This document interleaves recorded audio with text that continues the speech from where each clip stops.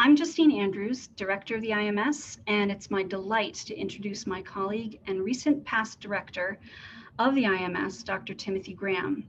Just over 16 years ago, I was first welcomed to UNM and the Institute for Medieval Studies by Dr. Timothy Graham.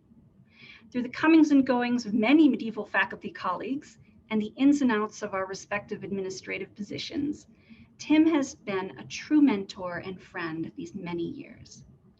Most of you know Dr. Graham in his role as Distinguished Professor of History and Regents Professor in the College of Arts and Sciences at UNM. And of course, as our excellent Director of the Institute for Medieval Studies from 2002 to 2020.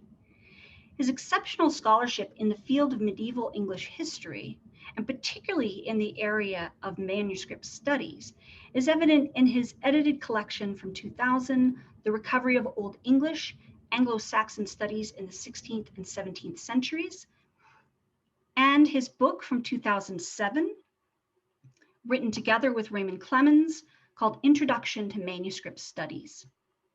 In 2016, Dr. Graham published an ebook facsimile edition of Elizabeth Elstob's An English Saxon Homily on the Birthday of St. Gregory. In this edition, Dr. Graham presents Elstob's own version from 1709 in facsimile form, complete with her commentary, offering a fascinating look at learning from both the 10th and 11th century as well as the 18th century. And he offers his own introductory material and commentary to contextualize Elstob's work for the reader. Medievalist.net has recently chosen this edition as its book of the month coming up in the summer of 2021. And this will allow the Witten publishers to publish the book now in a hard copy form. So we'll look forward to that. So this indeed is some of the material we hope to learn more about today, a perfect moment as we start the month of March, designated Women's History Month. Dr. Graham will tell us about the amazing accomplishments of Elizabeth Elstob, pioneer medievalist. Let's welcome Dr. Graham with virtual clapping. Well, thank you, Justine, for that very gracious introduction. And it's a pleasure to have the chance to talk to everyone today. My presentation will probably last around 50 to 55 minutes. And I know that there are some people who have something on their schedule at 1 o'clock. So please just leave when you have to. I know that's going to happen for some of you. So in this work in progress session today, I have the opportunity to share with you some of my ongoing research on an individual who can justly be called, I think, England's first female medievalist, and who also, as she herself was convinced, was the first woman to learn Old English, the language spoken in England before the Norman conquest of 1066, the first woman to learn it since it had been a living language.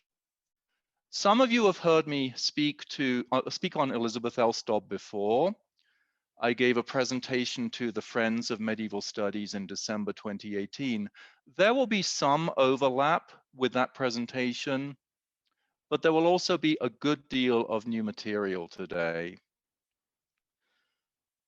For some 35 years now, Elizabeth Elstob has been what we might call an icon for feminist studies, principally because of her remarkable achievement in publishing under her own name 2 landmark scholarly books.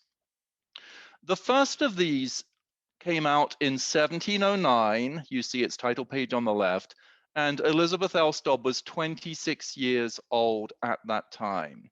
What was it? It was an edition with her modern English translation of a homily, that's to say a sermon that had been written in the 11th century and that narrated the career of Pope Gregory the Great, Pope in the late 6th century, with a particular focus within the homily on the mission that Gregory had sent to convert the Anglo-Saxons to Christianity. That mission arrived in 597. So Elizabeth called that edition, plus translation, an English-Saxon homily on the birthday of St. Gregory.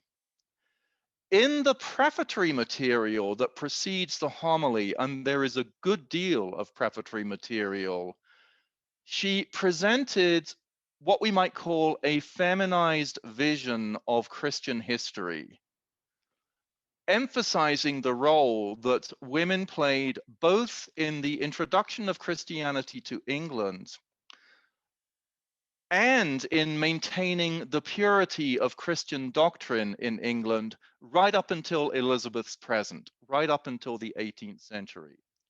She also, in that prefatory material, advanced an impassioned plea for women's education. We'll be looking at that.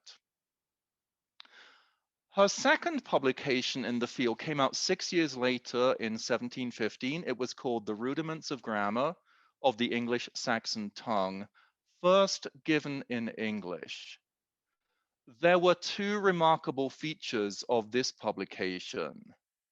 First, that it was indeed the first grammar of the Old English language to be written in modern English, as opposed to Latin, which in the early 18th century was still the accepted language of scholarship. Secondly, she specifically targeted this publication at a female readership. She wanted to encourage other women to follow the path she herself had followed, and she wanted to make it easier for them by providing them with a grammar. She wanted them to be able to learn Old English. So we will be looking in some detail at these two publications, but in the last part of the talk, we are going to focus on two really important bits of unpublished work that Elizabeth got into, climaxing with an absolutely mammoth project that occupied her for several years that all but saw the light of day. It didn't quite get there, as we'll be seeing.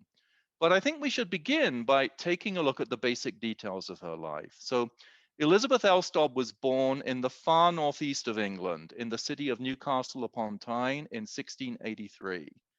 Her parents were middle class and well off. Her father, Ralph Elstob, was a merchant. And actually in 1686, when Elizabeth was 3 years old, he became sheriff of Newcastle upon Tyne. But alas, he died only 2 years after that, in 1688, when Elizabeth was just 5 years old. And only 3 and a bit years after that, if you look down to 1692 now, Elizabeth's mother, Jane, who had really encouraged Elizabeth in her earlier studies, Jane Elstob also died, leaving Elizabeth an orphan. At that point, she was sent to live with her uncle, her father's brother. Her uncle Charles, who also was originally from the north, had become a clergyman and was attached to Canterbury Cathedral at the opposite end of England, in the southeasternmost part of England.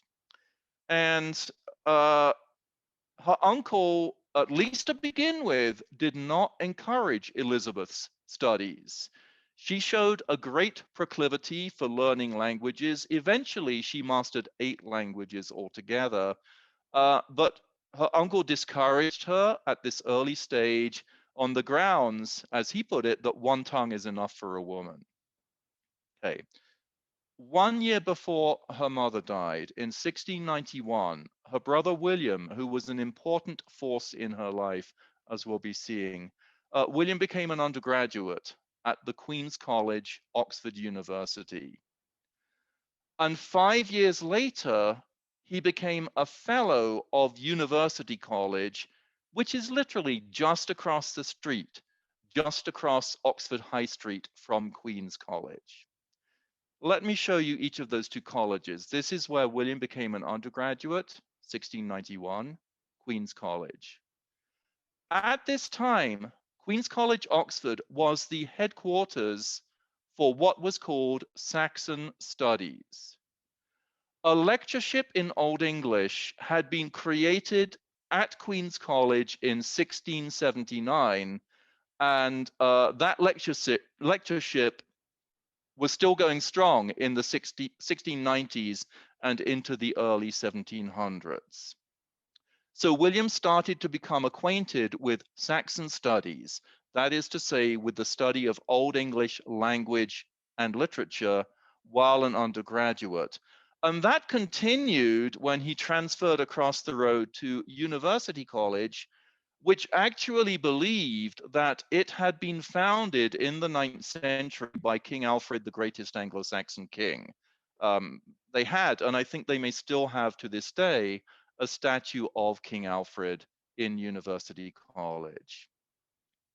So in both colleges, William became involved with the circle of Oxford Saxonists, who were very active in the late 17th and early 18th centuries in publishing Old English texts, especially texts that had been translated from Latin into Old English, either by or for King Alfred, whom they believed was the founder of University College. And these works were printed at the newly founded Oxford University Press, which was located in the cellar of this magnificent building, completed to Sir Christopher Wren's design. Wren, England's greatest architect really of all time, designer also of St. Paul's Cathedral. This building was built, completed in the late 1660s. That's where the press was located in the cellar. That's where the publications of the Oxford Saxonists issued from. And you can see that on a typical title page of one of their books, this is one, it's the edition of the Anglo-Saxon Chronicle published in 1692, they actually depicted the Sheldonian theatre on the title page. As William became involved in the work of the Oxford Saxonists, he was asked to prepare an edition of one of those works believed to have been translated by King Alfred. The work was by a 5th century Latin author called Paulus Orosius. His book was called 7 Books of History Against the Pagans. It sought to present the history of the Roman Empire from a Christian perspective. And it was translated into Old English, probably at the end of the 9th century, but we now know probably not by King Alfred himself. William's edition never saw the light of day. He was never able to complete it. Nevertheless, in 1698, the press printed a specimen leaf of the planned publication.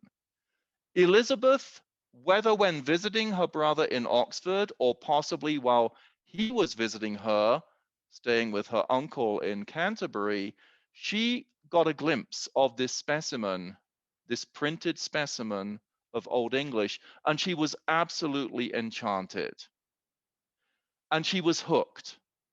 She wrote about this a long time afterwards. Excuse me, I did not mean to advance that. She wrote about it years later, and she described the experience like this. Having accidentally met with a specimen of King Alfred's version of Orosius into Saxon, designed to be published by a near relation and friend, that was her way of referring to her brother William, I was very desirous to understand it. And having gained the alphabet, I'll explain what she means by that in just a moment. And having gained the alphabet, I found it so easy and in it so much of the grounds of our present language as drew me in to be more inquisitive after books written in that language. What did she mean by having to gain the alphabet? So William's work was never published. It never got beyond that specimen sheet. But here is part of a page of that Anglo-Saxon Chronicle edition. The printing of Old English involved the use of some letter forms that are not in our standard alphabet, in our standard print font, today. For example, this is R, this is S, this is T, that one's more obvious. This is D, okay? This is W. It's actually based on the Old English rune Win for W. And then this is G. So Elizabeth, she had to familiarize herself with these unusual letter forms. Okay. Having done so, she became hooked on Anglo-Saxon studies, on Old English studies. In 1702, a big change came for both her brother William and herself. William, in addition to having become at Oxford an expert on Old English, was also ordained as a priest in the Church of England. In 1702, he was appointed vicar of a parish in London, the combined parish of St. Swithin's and St. Mary Bothwell. It's actually within a stone's throw of St. Paul's Cathedral in London. Elizabeth went to live with him at the residence in Bush Lane in London. And for the next 13 years, William developed his own projects. Especially, he worked on a planned edition of the Old English laws. Elizabeth both collaborated with him on that project and developed projects of her own. However, William had tuberculosis. He had what at the time was called consumption. He'd suffered from it from his childhood. He died at the young age of 41 in the spring of 1715. Elizabeth became the executor of his will, and she was obliged to take on the discharge of William's debts. And she now had no source of income for herself. She ran into very hard financial times. She fell into debt, and she actually, 3 years later in 1718, had to flee London in order to avoid being thrown into debtor's prison. And she disappeared. She disappeared for 17 years until in 1735, she was rediscovered by a remarkable individual. His day trade was that he made corsets for women, but he was also a very keen amateur scholar and antiquarian. His name was George Ballard. He lived in the west of England, and he rediscovered Elizabeth living under an assumed name, Frances Smith, which she probably took when she fled London. And she was running a small school for poor girls, for which she earned 4 pennies per pupil per week. Elizabeth and George Ballard struck up a friendship. They corresponded. And 4 years later, partly through Ballard's assistance, Elizabeth obtained a new position. She was appointed as governess to one of the leading aristocratic ladies, and actually the richest lady in the whole of England, Margaret Cavendish Bentinck, Duchess of Portland, whose main residence was at Bulstrode Park, a little way to the north of London.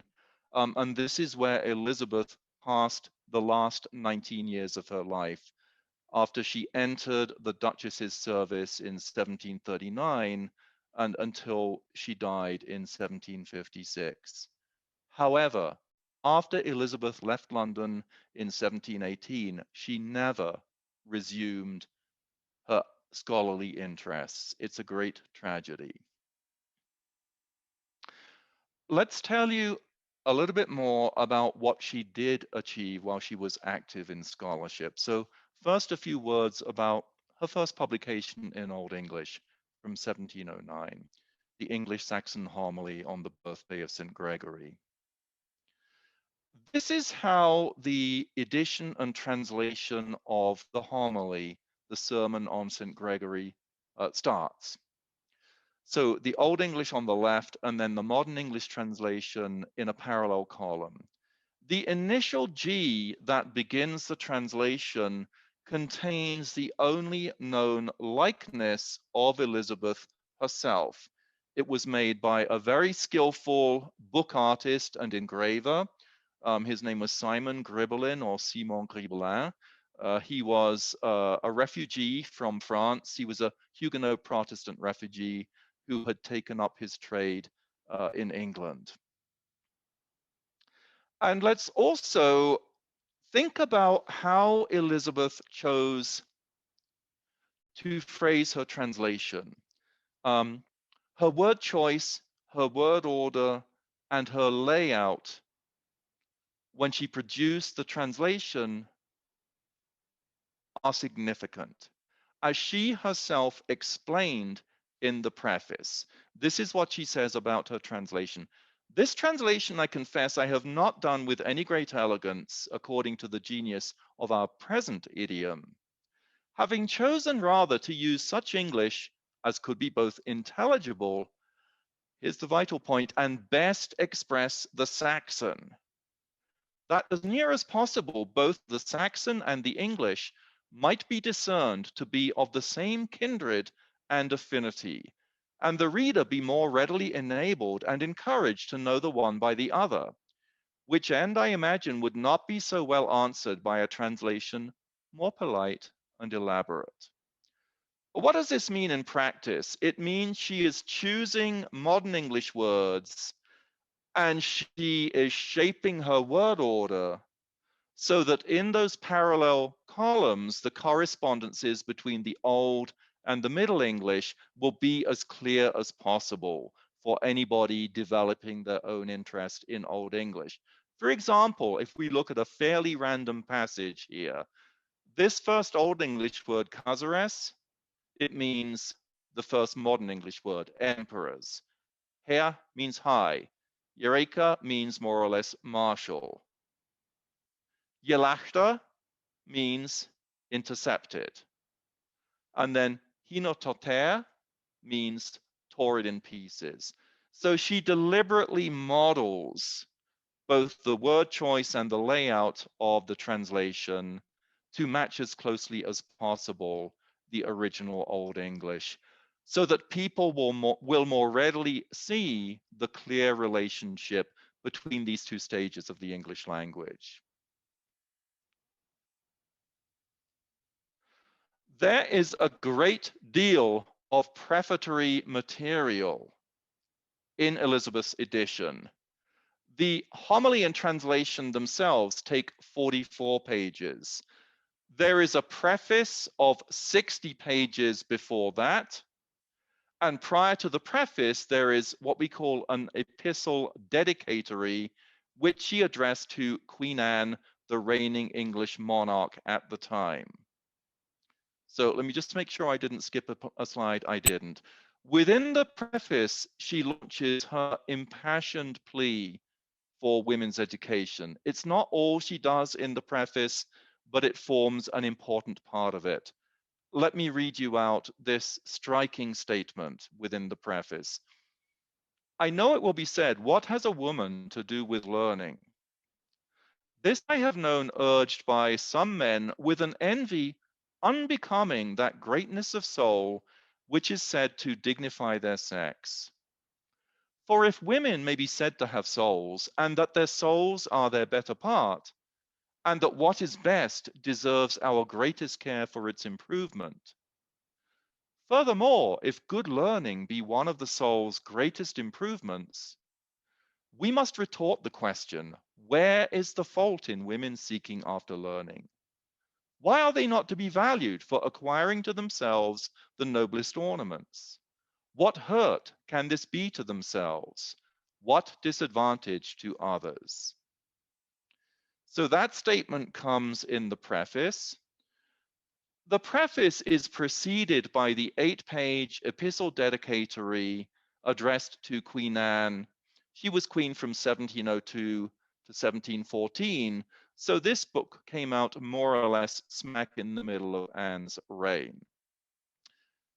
In the epistle, we might say that Elizabeth presents a feminized view of Christian history, emphasizing the role played by women in the origin and spread of Christianity, including its spread to England, and also underlining the role that women have continued to perform in maintaining the purity of Christian doctrine, especially in the wake of the Protestant Reformation. And all of that is really encapsulated. What she says about women's contribution to Christianity is encapsulated in that initial that begins the epistle addressed to Anne, where we see 5 women. On the left of the initial I, we see Mary, who brought Jesus into the world. And then we see the Empress Helena, mother of the 4th century Emperor Constantine, who was the first Christian Roman emperor. Helena is holding a cross because, according to a tradition which developed as early as the late 4th century, she had rediscovered in Jerusalem the cross of Christ's crucifixion, buried in the ground, and it was dug up, and Constantine then placed it in the Church of the Holy Sepulchre that he constructed in Jerusalem. To the right of the initial I, the scene shifts to England. The first person we see there is Queen Bertha, who was married to the first Christian English king, the late 6th, early 7th century king of Kent, the southeasternmost part of England. His name was Ethelbert. Bertha was not English. She was a Merovingian princess. She came from France. She was already Christian, and Elizabeth highlights the role that she played in helping to persuade her husband Ethelbert to convert. And then, excuse me, the 2 crowned figures are in the background. Queen Elizabeth I, queen from 1558 to 1603, under whom the newly reformed Protestant English Church had consolidated. And then on the right, the crowned figure is Anne herself, who Elizabeth believes is capable of, Elizabeth Elstob believes, is capable of playing an equally important role in promoting Christianity and maintaining its purity. One more interesting feature about the 1709 publication, Elizabeth paid for it. She paid her printers by taking subscriptions in advance. This was a common method of financing scholarly publications of limited readership in this time period. You ask prospective buyers to pay money in advance, which you, the author or editor, can then fund the printers with.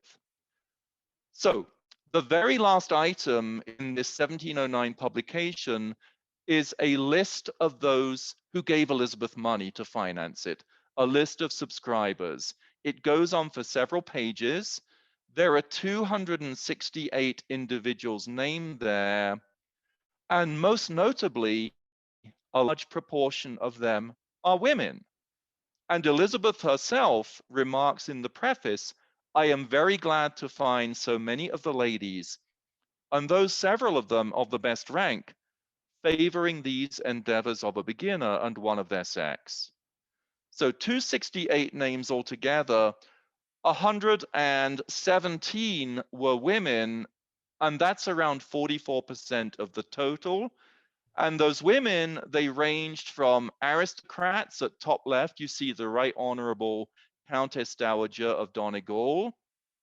And then middle right, you see the Right Honorable the Lady Granville. And then lower down, we got others, probably middle-class women. On the left, we see Mrs. Elizabeth Denny, Mrs. Mary Digby, on the right, Mrs. Mary Gascoigne, Mrs. Susanna Gawler. Let's move on now to the 1715 publication, The Grammar of Old English, the first to be written in modern English as opposed to Latin. This also has a significant preface, a long preface. And in that preface, Elizabeth tells us that she was first inspired to write this grammar when, shortly after the 1709 publication, she visited her uncle in Kent, in Canterbury, and she was approached by a young lady who wanted to learn Old English and who asked Elizabeth to come up with a grammar. And Elizabeth also tells us in that preface that she is specifically targeting this publication at a female readership. She wants women to read it so that they too will have the opportunity to learn Old English. So first of all, this is how she tells the story of the young lady who asked her to produce this grammar. Elizabeth writes in the preface, "Soon after the publication of the homily on St. Gregory, I was engaged by the importunity of my friends to make a visit to Canterbury, as well to enjoy the conversation of my friends and relations there, as for that benefit which I hoped to receive from change of air and freer breathing, which is the usual expectation of those who are used to a sedentary life and confinement in the great city." She's come from London, remember.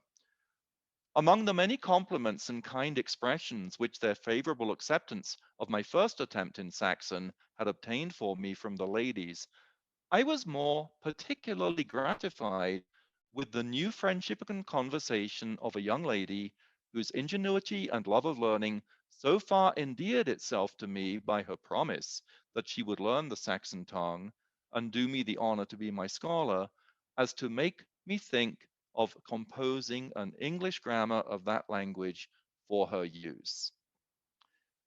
She eventually lost touch with that young lady, but she persisted in writing the grammar.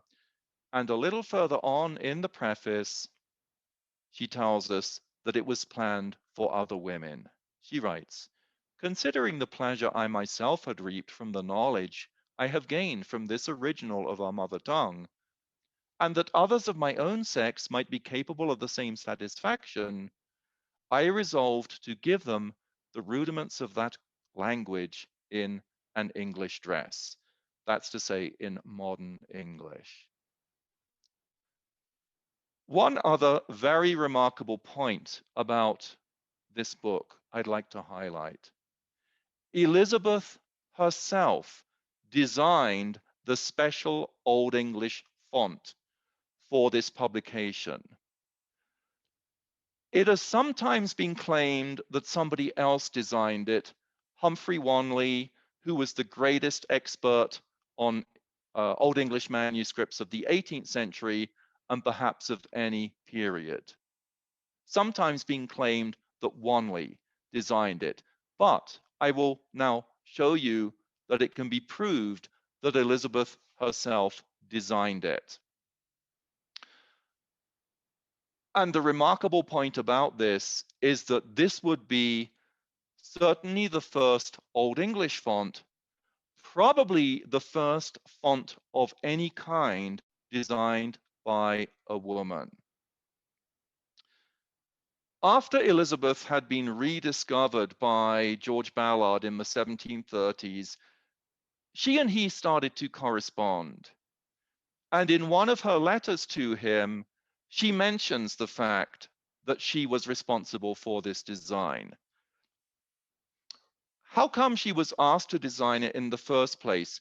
Her printer for this book, as also for the 1709 homily, was William Bowyer, known to be the most learned printer in England.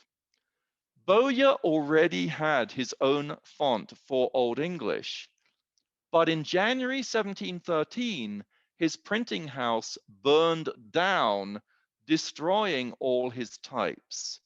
So he needed new types, And for Elizabeth's book, he needed new types to print Old English.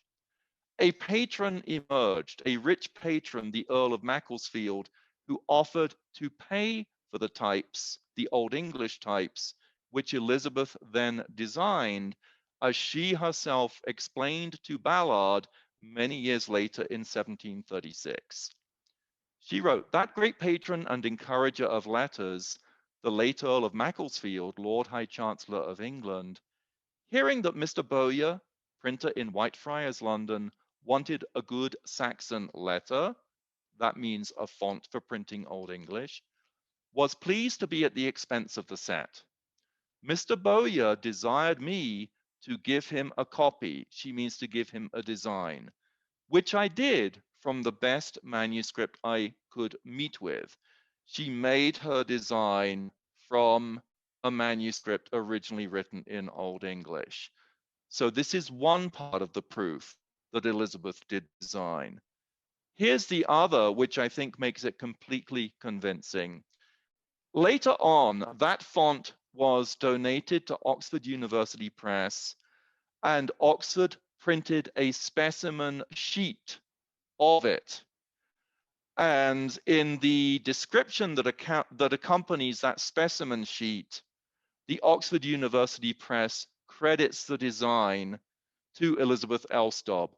I can't show you that specimen sheet. I don't know that it exists anymore, but it was described by an 18th century typographical expert called Edward Rowe Moores. And in referring to it, Edward Rowe Moores quotes how the Oxford University Press described that font, and this is the translation of that bit of Latin. Oxford University Press said that the Anglo-Saxon types were designed by the learned lady Elizabeth Elstob on the basis of manuscript sources. Okay, for the last segment of my talk, one last point about the typography. Elizabeth's here is on the left. The Oxford font used for printing the editions of the Oxford Saxonis is on the right. And you can see there are some clear differences there. I think the shading is more pronounced in Elizabeth's font. That means there is a stronger contrast between thick and thin strokes. And also one particular feature of her font is this extended, we call this feature a serif, that she added onto the letter E whenever E was the last letter in a word, but not when E came within a word. Okay, that feature was a characteristic of her font. It was absolutely not a characteristic of the previous Oxford font. Okay, on now to Elizabeth's major unpublished projects. And I think I've got about another 15 minutes of material to go here. So again, those of you who have commitments at 1 o'clock, please feel free to leave when you have to leave. From 1702, Elizabeth was living with her brother William in London. William had a major project of his own on Saxon studies that he wanted to develop while fulfilling his duties as parish vicar. His goal was to publish a complete new edition of the Old English laws. He never was able to bring it to publication before he died in 1715. Elizabeth both assisted him with that project and developed projects of her own. One of her projects, one of two I'm going to describe to you, involved her making transcripts, beautiful transcripts of the earliest English laws. Before I show you some pages of her major transcript, I wanted to introduce the topic by saying a little bit about these early English laws. They are of historic importance because they stand at the very beginning of the English common law tradition that persists until this day in England and that was transferred to America in the 17th and 18th centuries. These earliest English laws, though, are relatively simple. They basically consist of lists of offenses and the fine you have to pay if you commit that offense. So on the screen here are a few clauses of the very earliest English law code, which actually in the original language is the first surviving piece of writing that we have in English, the earliest text in the English language that we have. These are laws that were issued under King Ethelbert of Kent, the first king to convert to Christianity. If anyone kills a man in a nobleman's estate, he is to pay 12 shillings compensation. If anyone lies with a nobleman's serving woman, he is to pay, I can't see that number, I think it's 20. Yeah, 20 shillings compensation. If hair pulling occurs, 50 shatters, silver pennies, are to be paid as compensation. If a servant's eye or foot is destroyed, he is to pay the full value. Okay, fairly simple, but they stand at the very beginning of an extremely long-standing legal tradition. Ethelbert's laws and the laws of his immediate successors as kings of Kent in the 7th and early 8th centuries are contained in a single medieval manuscript, of which this is the first page. It's owned by Rochester Cathedral in Kent. Rochester's about 25 miles southeast of London. It's called the Textus Rofensis, which simply means the Rochester book. Remarkably, while William was working on his planned edition of the Old English laws, he was allowed to borrow this manuscript from Rochester Cathedral. He had it in the Elstob's home in London from 1708 to 1712. And while it was there, Elizabeth made an immaculate transcript of those early Kentish laws, the earliest laws in the English language. This is the title page of her transcript. And now let us put the first page of her text, her transcript, which is on the right, next to the original Textus Rofensis page on the left. Her transcript is immaculate. Her pages are parchment, like the original, okay? She wrote on parchment made from animal skin, not on paper. She followed the features of the original exactly. Every line of her transcript has exactly the same words on it as the original. She even sought to imitate the exact features of the original script, as I will show you more clearly in a moment. For this reason, I describe this transcript as a facsimile transcript of the original, because she really tries to reproduce every feature of the original. For example, the title in red at the top of the first page, she also wrote in red, although that red's a little difficult to see on my slide. She imitated the decoration of the large red opening initial G, with the single exception that for some reason, she failed to reproduce that rounded bead on the arm of the G, which you see in the original, but not on her copy. She precisely imitated the colored infilling of these capital letters in the second line, O-D-E-S, that infilling, as we call it, of red and yellow-brown pigment. Okay, and as you'll see, every line begins with the same word because she was exactly copying the line-by-line layout. As for her copying of the precise letter forms, quite unusually, the original scribe of the Textus Rofensis used two different forms for the letter Y. He used what was the standard form. You see it in line 2 here, a Y with a dot above it. That was the standard form when writing Old English. Y was dotted. I, which you see as the very first letter on the page there, was not dotted. So you see Elizabeth imitated the dotted Y. What was unusual about the Textus Rofensis scribe is the sinuous form of Y you see in the first complete word in the first line.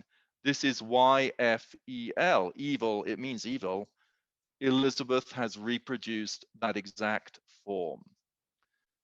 So, as I say, I like to call her transcript a facsimile transcript because she is reproducing every single feature of the original. The Textus Rofensis has just one, what we call historiated initial. That's to say, a decorated initial that includes human and or animal forms in it. Elizabeth also imitated, copied that historiated initial with exactitude. I actually wonder if she might perhaps have made a tracing of the original and used that tracing as the basis for her incredibly accurate copying. So the initial shows a haloed male figure, possibly St. Andrew, the patron saint of Rochester Cathedral, standing before a tower, probably a church tower, and then we see a dragon at the very top and to the right, another dragon at middle right, and a third dragon below the feet of the haloed figure. That top dragon has a human face. Not only has Elizabeth copied the exact form of this initial, she has copied very closely the coloring. Elizabeth was known as a talented artist in her own right. There was a famous antiquarian scholar of the time called Ralph Thoresby, who also kept a diary. And Ralph Thoresby visited the Elstob household several times between 1709 and 1712. He commented on Elizabeth's artistic skill in his diary entry for his very first visit, where he wrote, "Visited Parson Elstob and his ingenious sister, Eliza or Elizabeth Elstob. She draws and paints most curiously." So she was known to have artistic talent. As for the coloration, I wonder if she may have made the colors herself following medieval recipes. And here is the reason. Okay, Elizabeth was working on her facsimile transcript during the years the Textus Rofensis was in the Elstob household, 1708 to 1712. Right in the middle of that period, Elizabeth made her own copy of a late medieval treatise on how to make colors for illuminating manuscripts. This is her copy of that late medieval treatise. She made her copy in August 1710, right in the middle of that 4-year period when the Textus Rofensis was in the Elstob's home. So the title of this treatise is "To Make Such Colored and Gilded Letters as are to be seen frequently in old manuscripts." She made her copy not from the original medieval treatise, but from an intervening copy that had been made in 1691 by the guy you see on the right, Humphrey Wanley, greatest expert on medieval manuscripts in England at that time, perhaps for all time. Okay, she borrowed Wanley's copy. She made her own copy of this medieval treatise on how to make pigments. I wonder, and one day I'd like to put this to the test, did she use the actual recipes in this copy to make the colors for her copy of the Textus Rofensis initial? Last thing I wanted to tell you about today. a mammoth project that Elizabeth all but brought to completion. Very soon after the 1709 homily came out, Elizabeth hit upon the plan of publishing a complete edition with translation into English of all the so-called Catholic homilies by Elfrich, the most prolific English author of the 11th century. Elfrich wrote 2 series of what we call Catholic homilies, 40 in each series, 80 altogether.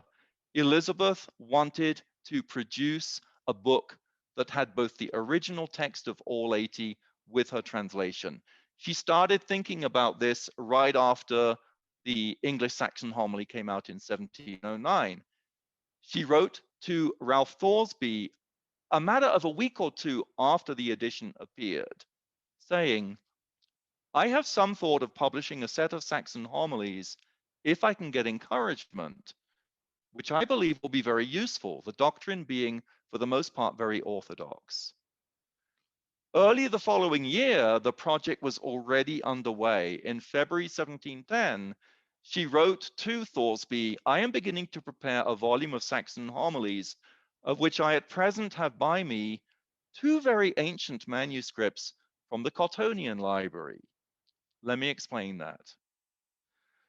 And this is astonishing. She evidently had succeeded in borrowing 2 medieval manuscripts from the Cottonian Library, a collection of manuscripts originally built up in the early 17th century by the great collector Sir Robert Cotton and handed down to his son and his grandson, and the grandson actually gave it to the English nation. The Cotton Library was housed at Westminster in London. Sir Robert Cotton, the original collector, had been quite okay with allowing scholars to use and borrow from his library. But I think Elizabeth almost certainly was the first woman allowed to borrow a manuscript, or actually 2 manuscripts, from that collection. Now, in 1712, Thoresby's diary entry for July 8th has an even more remarkable revelation. He again visited the Elstob household that day, and he recorded the visit thus. She, Elizabeth, showed me a large volume of Saxon homilies borrowed from the public library at Cambridge. Being an ancient and noble manuscript upon parchment, which she is now transcribing in a curious character for the press, with her translation from the Latin and Saxon. Okay. If Elizabeth was almost certainly the first woman allowed to borrow from the Cotton Library, she was certainly the first woman allowed to borrow a manuscript from what we now call the Cambridge University Library. While the Cotton Library was only about 4 miles from where the Elstobs lived, Cambridge University Library was over 60 miles away. That was an astonishing privilege that was granted to her. And we can identify that Cambridge manuscript that she was allowed to borrow. It is actually the only manuscript to contain a complete set of both the first and the second series of Elfrich's Catholic homilies, all 80 homilies. And it is, again, the only manuscript to have a complete text of the second series. So its modern shelf mark is a manuscript GG 328. As Elizabeth worked on transcribing those homilies, she put her transcriptions into a series of 6 notebooks of hers. In this case, paper notebooks. She didn't write on parchment for these transcriptions. And as she wrote her transcriptions, she completed translations of some but not all of the homilies. Okay, she did not complete the process of translation. So here we see facing pages from one of her notebooks with an Old English homily from the first series on the left, with Elizabeth's translation on the right. All her transcriptions of the second series, the series that is only contained in its entirety in the Cambridge Manuscript, all those transcriptions are contained in one of her notebooks, of which we see a page on the right, compared with the equivalent page of the Cambridge Manuscript on the left. What we're looking at here is the opening with the big initial M of Elfrich's homily, actually describing how Helena, the mother of Constantine, rediscovered the cross of the crucifixion. For these transcriptions, unlike the Law's transcriptions, Elizabeth did not mimic the line-by-line layout of the original. If you look at the beginnings of lines here, you can see the lines begin with different words on the left than on the right. She also did not seek to imitate the actual script, the specific form of writing of the original scribe in these transcriptions. She did, however, seek to replicate the decoration. So we see the identical letters M there. As Elizabeth worked on the second series, all of her transcriptions from which were in one of her notebooks, she dated her work. Every time she sat down to transcribe another homily, she noted the date. And I'm giving you a sampling of the dates here. So this is the first one in that notebook of hers. She began to transcribe the second series on February 12, 1712. She continued through April, June, August, September, October. I'm just showing you a selection of the dates here. There are many more in the book itself. And then she completed her work on November 28th, 1712. Okay, her work of transcription was then complete. She immediately set to work to promote her project. She took her notebooks to Oxford to show them to the press, to get the university press to commit to this Mammoth Project. Had she succeeded in publishing all of these homilies, it would have been by far the most comprehensive edition of a set of Old English texts that had yet been published. So we know that in December, so that last date there was the end of November, November 28th. 1 month later, she had already visited Oxford to show her stuff to the press. We know this from a letter of George Hicks, who was the senior member of the Oxford Saxonists, though actually living in London at the time. He wrote to Arthur Charlett, master of University College, Oxford, and Charlett was also a driving force behind the press. And on December 23rd, Hicks referred to Elizabeth's visit.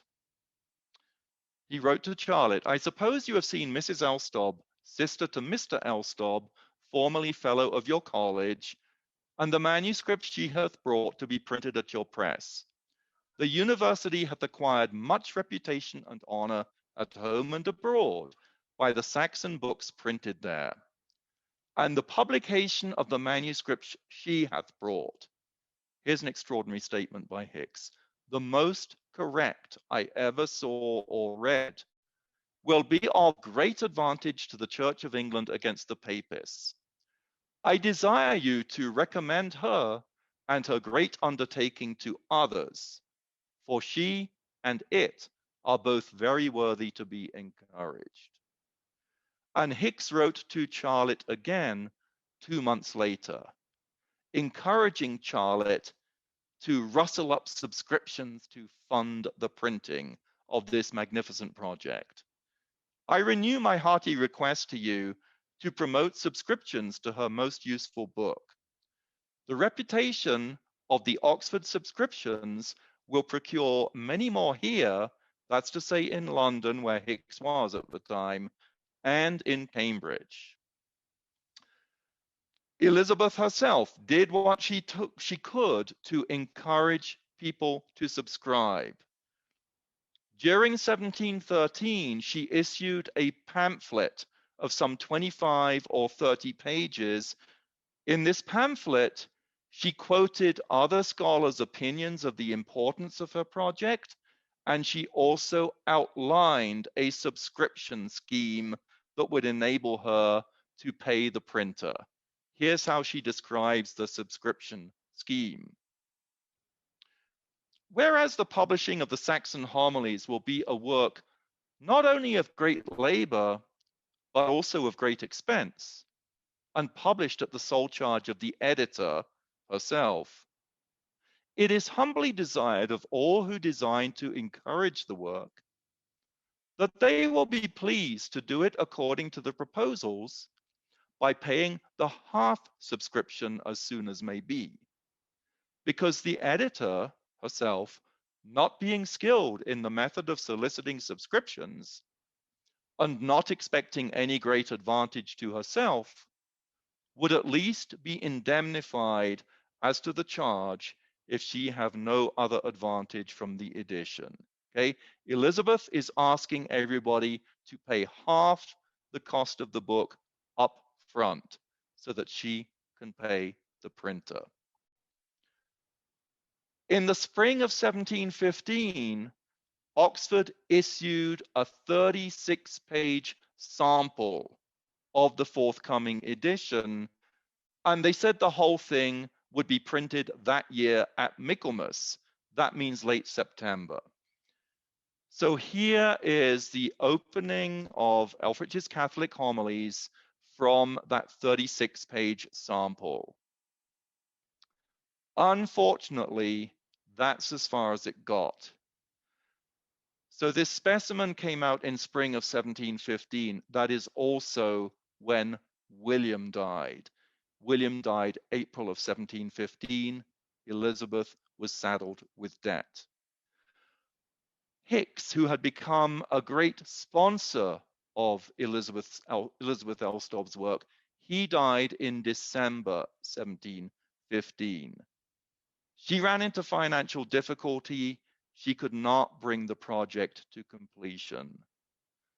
23 years later, she wistfully looked back on this episode in a memoir she wrote for George Ballard. Ballard asked her to write an account of her life. She did so. She sent it to him in November 1738. She wrote it not in the first person, but in the third person. Here is what she says about the Homilies project. She designed, if ill health had not prevented her, to have published all Ælfric's homilies, of which she had made an entire transcript with the various readings from other manuscripts, and had translated several of them into English. She had several other designs, but was unhappily hindered by a necessity of getting her bread, which with much difficulty, labor, and ill health, she has endeavored to do for many years with very indifferent success. It was a great reversal for Old English studies and for medieval studies that Elizabeth, whose career had developed with such promise, could not bring her major project to completion purely because the tragic death of her brother had landed her in difficult financial circumstances. We can only reflect on how much more she might have accomplished if she had been able to persist in her career as a scholar of Old English. Thanks very much, everyone.